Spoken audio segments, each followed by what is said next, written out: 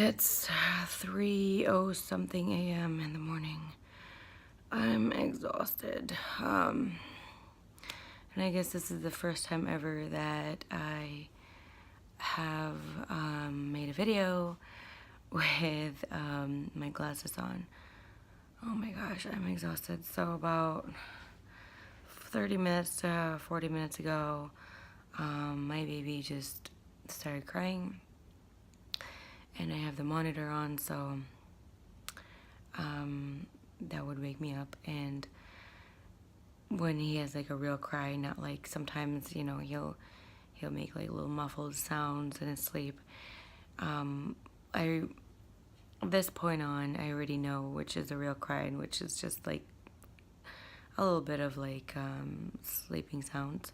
So that did wake me up, and I wanted to just do this and document what was going on, and I'll pretty much vlog the rest of the day and show you guys what I do and what I do with him especially. So his diaper was completely filled. Well, I think he probably did 4 or 5 or 6 wet diapers in one diaper, so he was extremely wet. The diaper that he has, I use the Up and Up from Target. It's their brand, and it's the equivalent of the Snug and Dry by Huggies. It's a 12-hour diaper. However, what I've noticed is that in the past few days, he has just he just fills his diaper more and more during the night. Probably 4 or 5 nights ago, and before that, he can sleep through the night. The only way he would wake up is he was gassy and he needed to burp, or he was hungry, which was very, very rare. And this is the second night in a row that he woke up very wet and also hungry. Last night he woke up 2-3 times, and I didn't think about it, so that's why I'm vlogging it today. But yesterday I was thinking about it. I'm like, man, I could have done a video about, you know, what's going on. I don't know if it's just growth spurt. I don't know. I don't know. He's a little over 6 months. He's 25 weeks. So, you know, I just learn a lot in a day and every day. And from what I've noticed from being a new mom for a little over 6 months, you get into a routine. It will last you about almost a week to 2 weeks. And as soon as you're used to it, it will change again. And this is constant. This will always happen. It's still happening for me. So I've been kind of, you know, doing experiments here and there to see which works and what doesn't work. Tonight is the 4th night that my baby sleeps in his bedroom in his crib. Before that, he was sleeping in our bedroom in his glider. He doesn't sleep in our bed because my husband and I have sleeping disorders, and we both didn't want to roll over and squash him.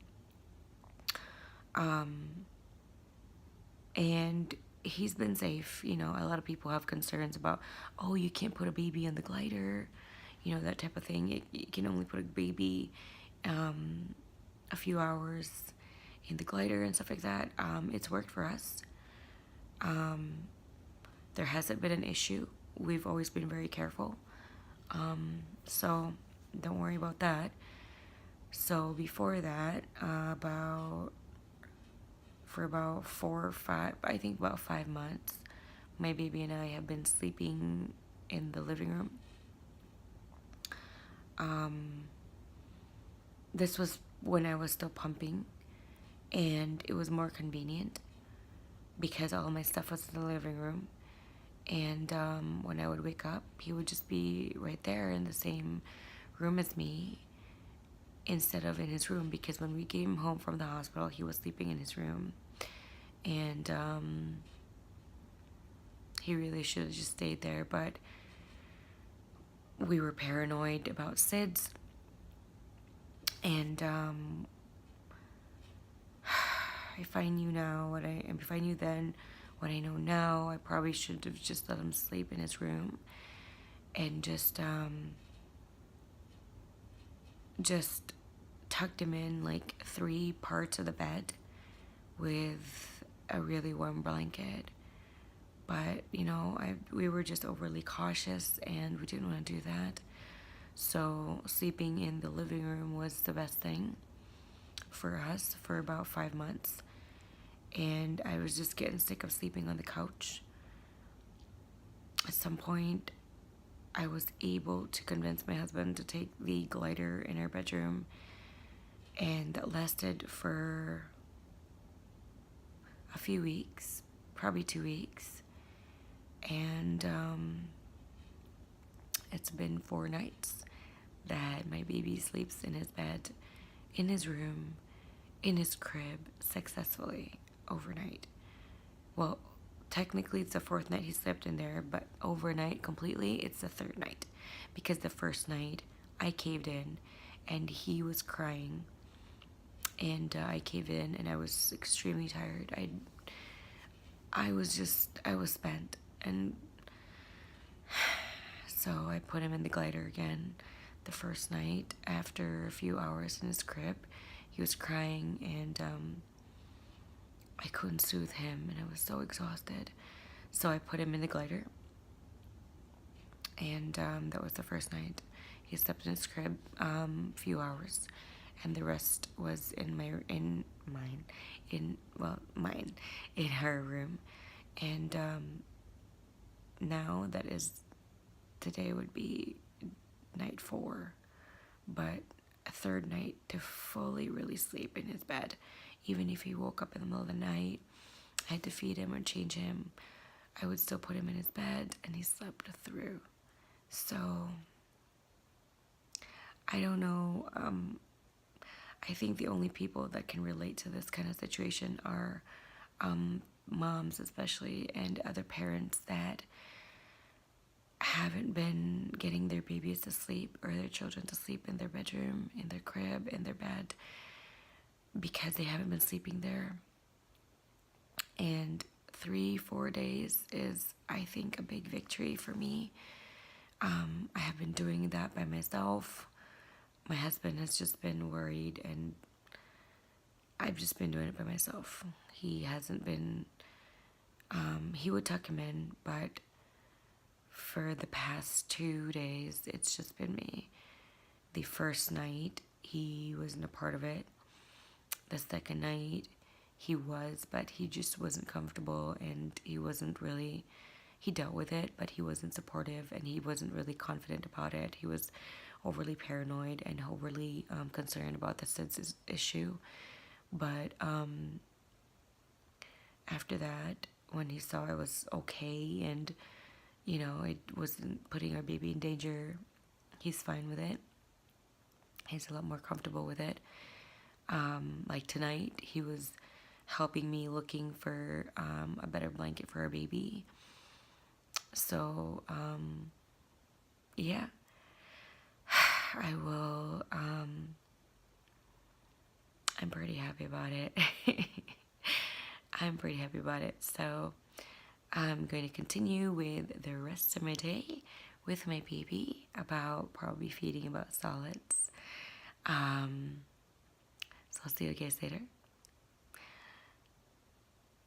I hope I'm able to inspire other parents, especially moms out there, or dads too, that have been working really hard in getting their babies to sleep. And I'm doing a lot of different things and experimenting, And as soon as I have more information and data and it's like how successful it is and pros and cons and what I've been doing, I will give out more information about that. But so far, I'm just gonna document today and see how everything progresses. I'll see you guys later. Hey guys, so I had a phone call, so I wasn't able to do that while I was making the cereal. So this is my letdown from my breast milk, because this is from yesterday, and so I mixed it with the cereal right here. What I use is barley today.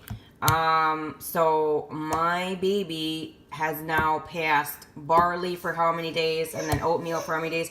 I did 4 days each. And he passed with flying colors. That means he has no allergies, no issues with it. His body adapted to that. So now I'm switching back and forth every day between barley and oatmeal.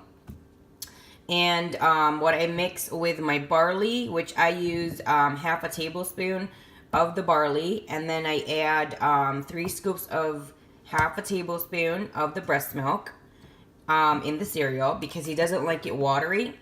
So that would be a total of 2 tablespoons. That is going to be his breakfast. So now I'm going to feed him the breakfast. Okay, so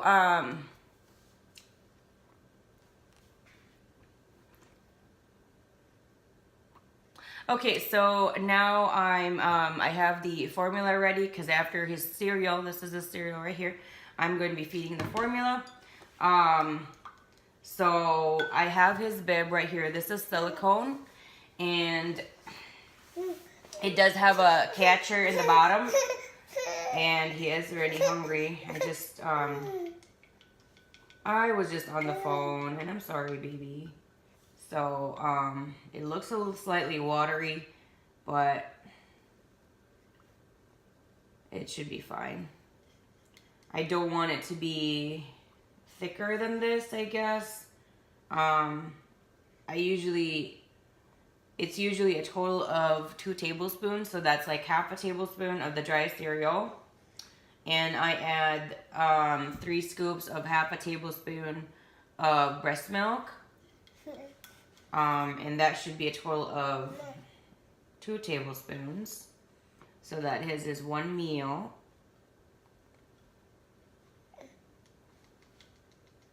And I did my research, and I asked my doctor, and I spoke to a lot of healthcare people.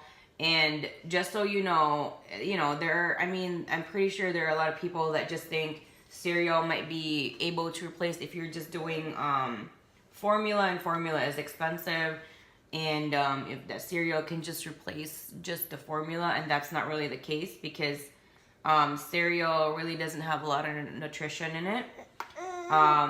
It's just filling, and this is actually just to teach them how to eat and get their system to digest solids, even though it is primarily just milk. Because if you don't have breast milk, you're not breastfeeding, and you're just using formula, which is fine. You are still going to add formula to make this. You can't just add water.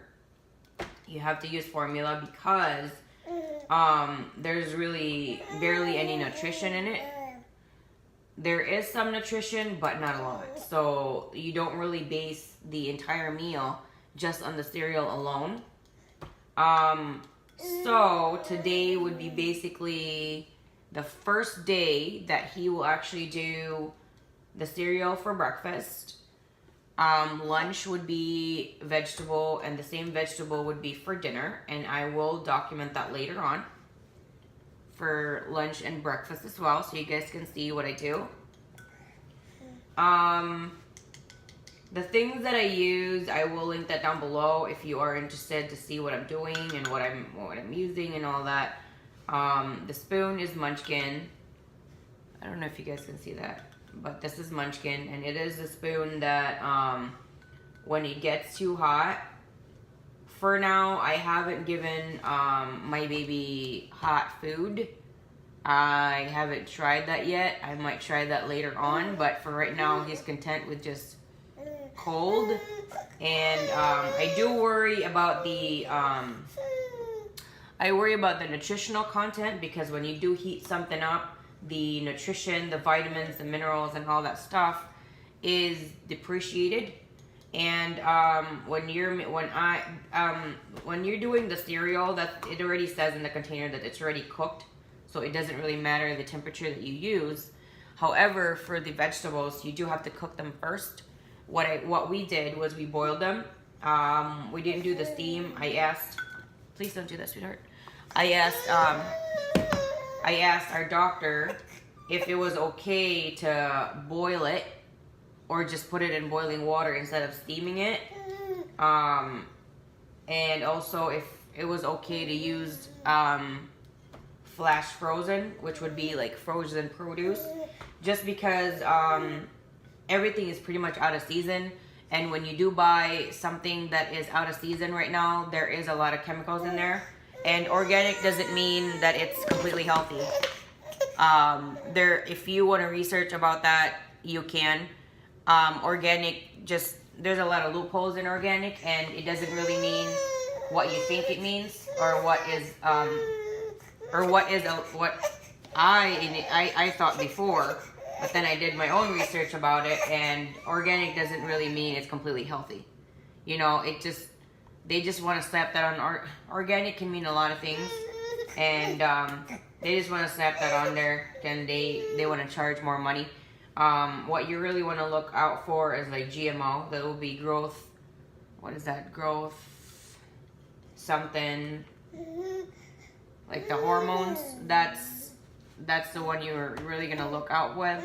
And the reason that I choose the frozen is because they don't push these plants, fruits, and vegetables to actually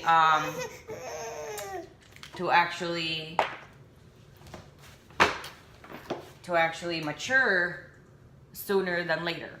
So that's why I chose to do the frozen route, because of that. Because right now it's spring and I live in the Midwest, and there's gonna be a lot of things that are out of season, and they're gonna be transported from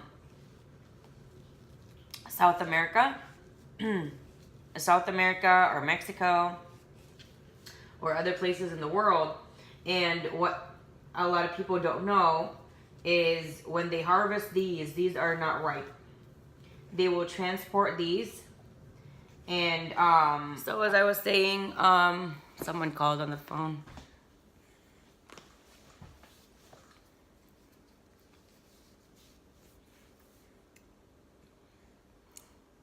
So as I was saying, when you buy produce out of season, vegetables, fruit, stuff like that, if they're out of season, you're in the same area like me that has 4 seasons, or just a different season, or just an imported kind of vegetation, the process of that is when they harvest it, it's not ripe.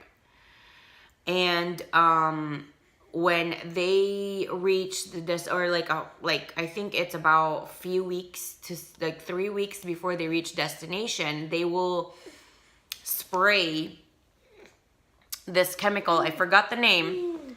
They spray this chemical that will force the produce to ripen up.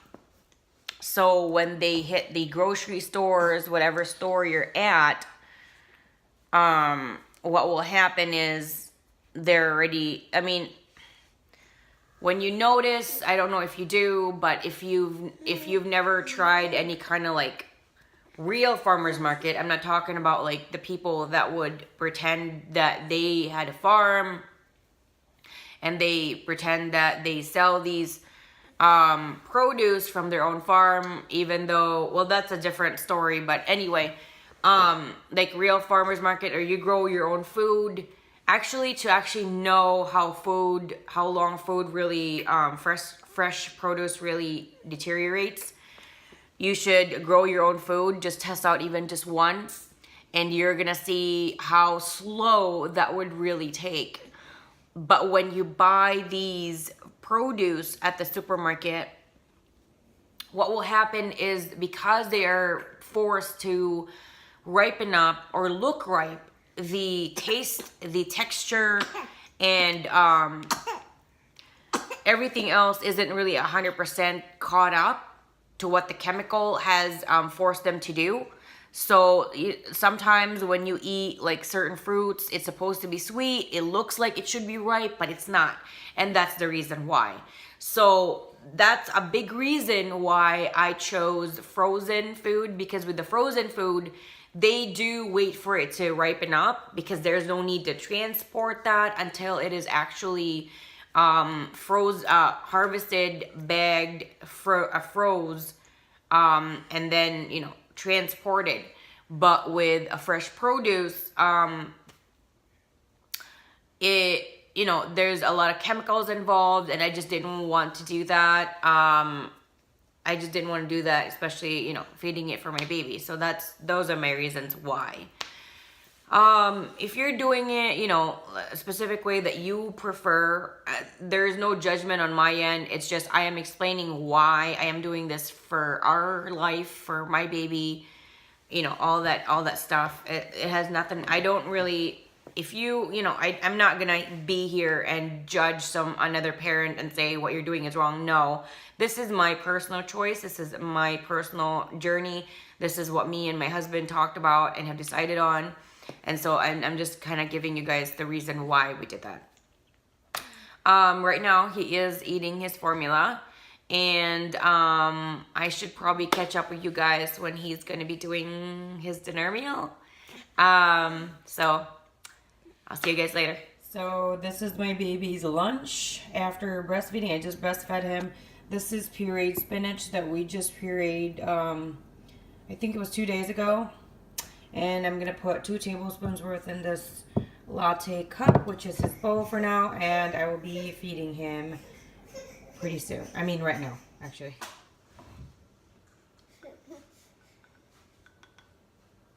So I had to start a little bit on the solid because he was already getting really cranky.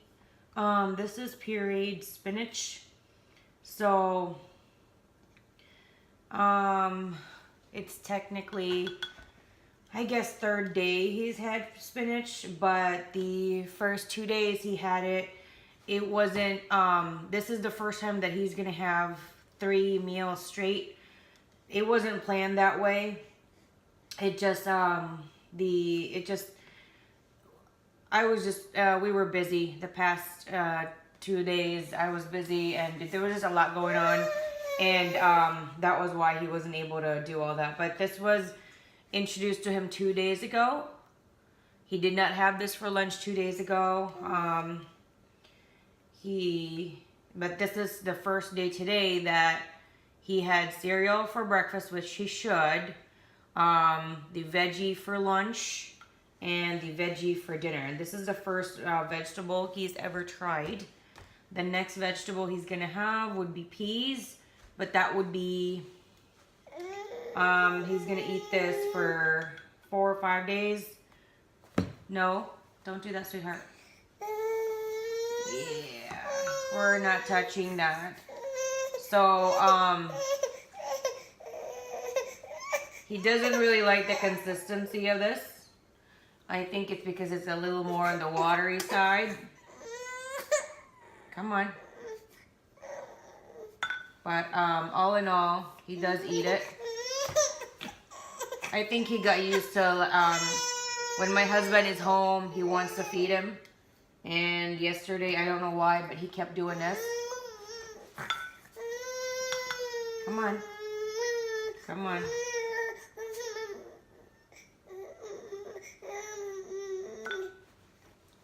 Stop doing that, sweetheart. Stop doing it. Mm-hmm.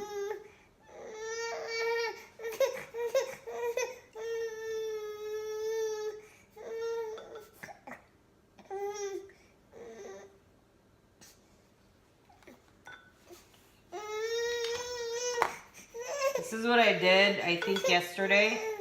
or the other day, I would give him the spinach, and then I would chase it with formula after, just something that he's familiar with, just so it kind of helped him a little bit, because this does not have any breast milk or formula at all, so the taste is a little bit foreign for him.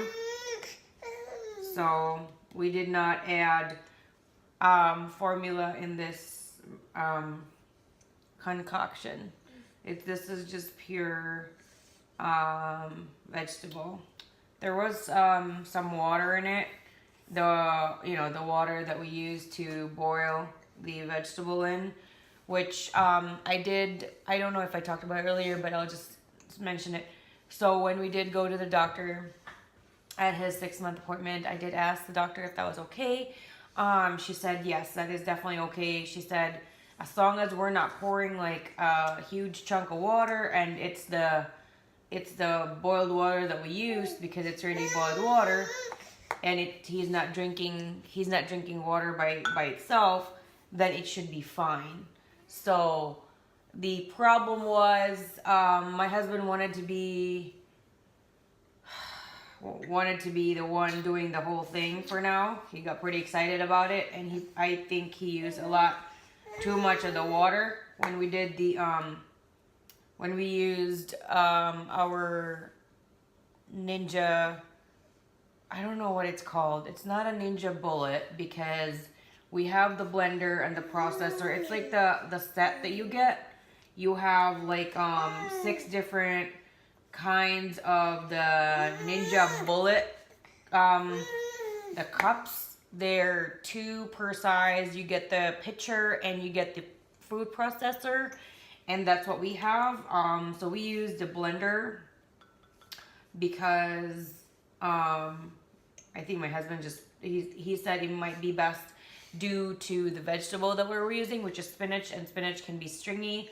And then I didn't think about it that way, and I'm like, all right, let's give it a shot. So we did, and it pureed beautifully. So let me show you real quick. I don't know if you can see that. Yeah, it's just pure, like, it looks like broth, essentially. There are no chunks, nothing like that at all. So that's pretty great. So if you hear like our dogs crying in the background, I've just been really busy this morning, and my husband had to go to work earlier than usual. So I think I don't think they've been out yet. It's already lunchtime, so they must be like a little bit, antsy. But, my priority is my baby, so they're just gonna have to wait. I think they're a little bit used to that now. They're getting used to it. And, in the beginning, they were, they were a little bit uncomfortable about it, but they're not, like in a lot of pain or anything. It's not like they're there all day, and I mean, they're in a room that is carpeted, so it's not like, and it's inside the house. It's not like they're outside, or we don't leave them outside like other people do, or some people do, which, that's your animal. If you want to do that, that's your call, but that's not something we like to do. So we keep them indoors. We also don't keep them like in the basement, because if you don't know, basement is always like too cold or colder than the rest of the house. And we want them to also enjoy the heat of the house, and not to make them freeze or anything. So yes, here you go, sweet boy. There you go. I really love these spoons. The bibs, by the way, they came with free spoons, and I threw them out because I tried to use them. When you look at them, they look really good spoons. I thought they were better spoons than the Munchkin spoons. However, when I did use them, it looks kind of weird. I didn't look at it, but it was like, it has a huge dip in the bottom, and the sides are really tall. So when I would feed my baby, it would just stay in the spoon, you know, and that doesn't make any sense to do that. Like, why would you have a spoon, especially for a human that has just started to learn how to eat with a spoon, and make it extremely difficult for them to actually gather the food from that utensil. So I threw them out. Actually, I talked to my husband about it, and I'm like, well, what do you think? Do you think it's too wasteful to throw it out? Should we just keep it? And he's like, well, it sounds like that spoon sucks, so why don't you just throw them out if you're not going to use it? And I did. Sometimes I just worry, like, am I being too wasteful, you know, like throwing stuff out that maybe we'll need. But I usually like a second opinion when I'm in that kind of mindset, just someone to reassure me that, you know, the fork and the road and making that decision is, you know, I'm leaning towards the right one, but I kind of want someone else's opinion too, because maybe what if I didn't? What if there are certain things that I didn't think about, you know? And of course, it's someone else's eyes, it would look completely different, and it would be something that I probably didn't think about. So I like doing that a lot. Come on, sweet boy. There we go. So this is what I've learned to do. Like, when he gets a little fussy because he's like, the taste is so new for him, what I just do is I chase it with the formula, and it does help a lot. Like, if you see, I gave him 2 spoonfuls of the pureed baby food that we made, and then I give him the formula, and he's not crying like what he did earlier that you saw. So that's just what I've learned in doing in the past 2 days, because, you know, this will not taste anything but just straight spinach. It will be bland, and you will just have like that green kind of, maybe grassy kind of taste, because you can't add anything. You can't add salt, you can't add oil, you can't add pepper, you can't add any seasoning. You can only it can only be cooked in heat and water. You know, some people will steam it. I personally just prefer the boiling. It's essentially the same, you know. I mean, I was really on for the steaming. However, when I was reading about why you need to do that, it's just basically you just need to really cook the vegetable, because the infant stomach isn't really developed to a point that they know how to digest that yet. So you're breaking down just essentially extra sugars, extra things that they've never tried before. And that's what you're doing when you are steaming it. So it's basically, you're just cooking it. So is there a big difference between steaming and boiling?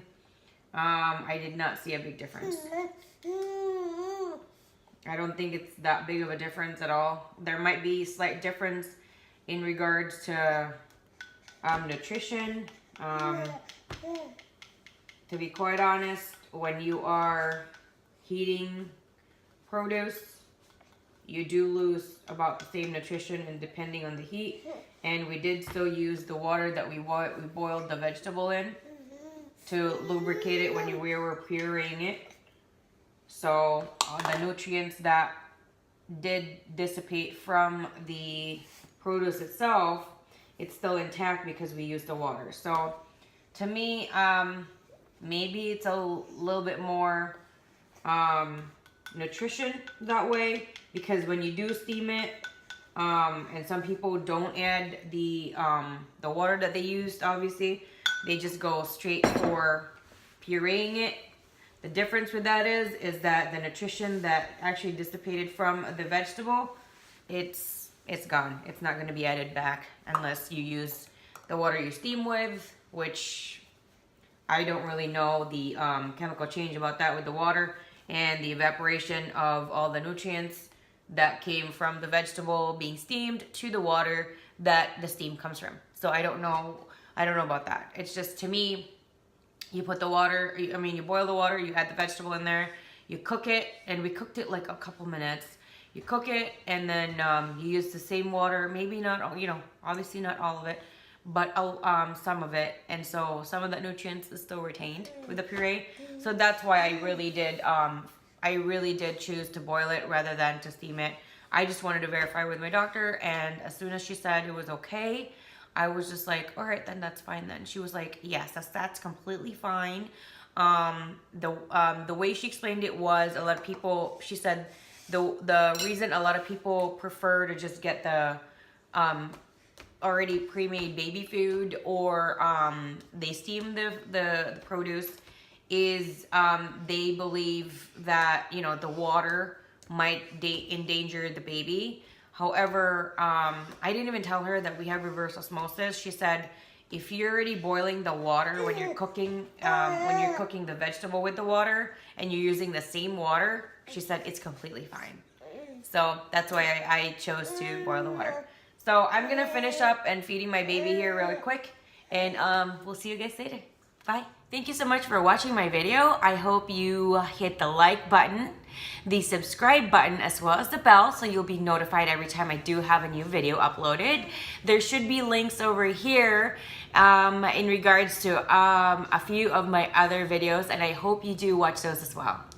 Thank you. Bye.